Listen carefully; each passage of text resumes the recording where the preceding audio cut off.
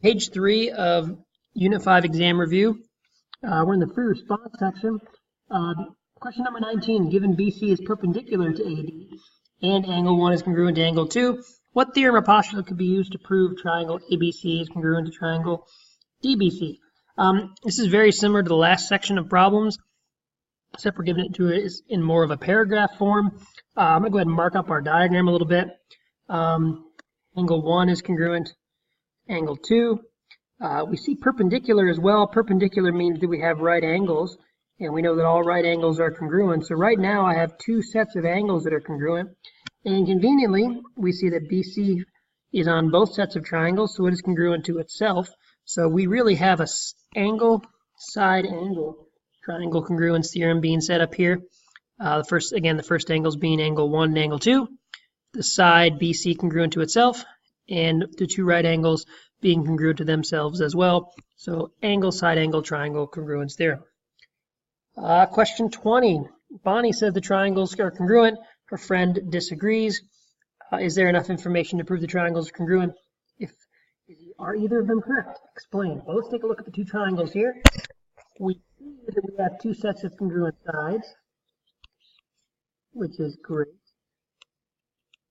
And we see that we have a congruent angle, 59 degrees and 59 degrees. However, the triangles are not congruent. Why are the triangles not congruent? Well, I have two sides and an angle, but the angle does not fall between them, so it's not an included angle. There is no such thing as triangle congruence theorem of side angle. So no, that is not possible. Not congruent. One of the biggest mistakes that students make is they try to make side angle a triangle congruence theorem. This does not, in fact, work. Question 21. Two pairs of corresponding sides of two right triangles are congruent. Are the triangles congruent? Well, this problem has a lot to unpack. The biggest thing I want to point out is the fact that it says two right triangles. Right triangles implies that we have some 90-degree angle somewhere. So let's go ahead and draw out this scenario a little bit further, zooming in. So I've drawn two right triangles. Now it says two pairs of corresponding sides are also congruent. So let's go ahead and mark up two pairs of corresponding sides. Whoop. Far out. There we go. Let's say that this side is congruent to this side.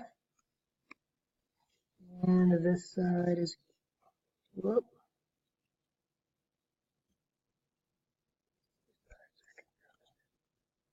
Well, if I have these two pairs of sides congruent, then yes, I can be triangles congruent by side angle congruence theorem.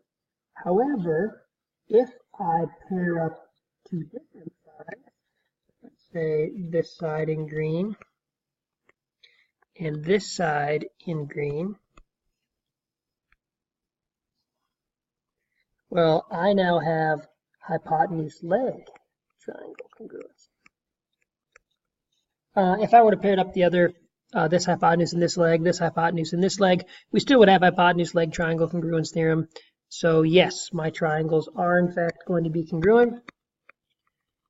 The reasoning would be either side angle side or hypotenuse leg. We need a little bit more detail in the problem in order to figure out which one. However, we can definitively say yes, the two triangles are congruent because they are two right triangles.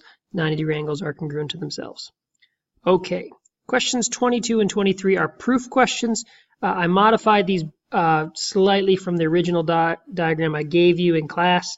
On the very first day, I've modified them just to have you fill in the reasons, which we're going to go ahead and do now. So, starting off in question number 22, we are given that AB is congruent to DE, B is congruent to E, and A is congruent to D, which you can see already marked on the diagram. We need to fill those in as given reasons. Given, and given. Well, I have a couple given information. I put a bank down on the bottom. Well, looking at the triangles, then I have two angles and a side between them. That is, in fact, angle, side angle, triangle congruence theorem. We proved the two triangles are, in fact, congruent. Looking at question number 23, we have given information PQ is congruent to RS and PQS is congruent to RSQ. That is my given information. Given.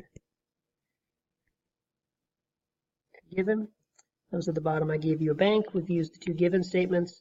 Well, the next statement says that QS is congruent to QS. This is congruent to itself. Well, that is in fact the reflexive property.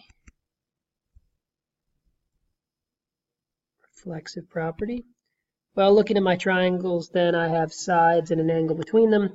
So that is side angle side triangle congruence theorem, which I have listed there.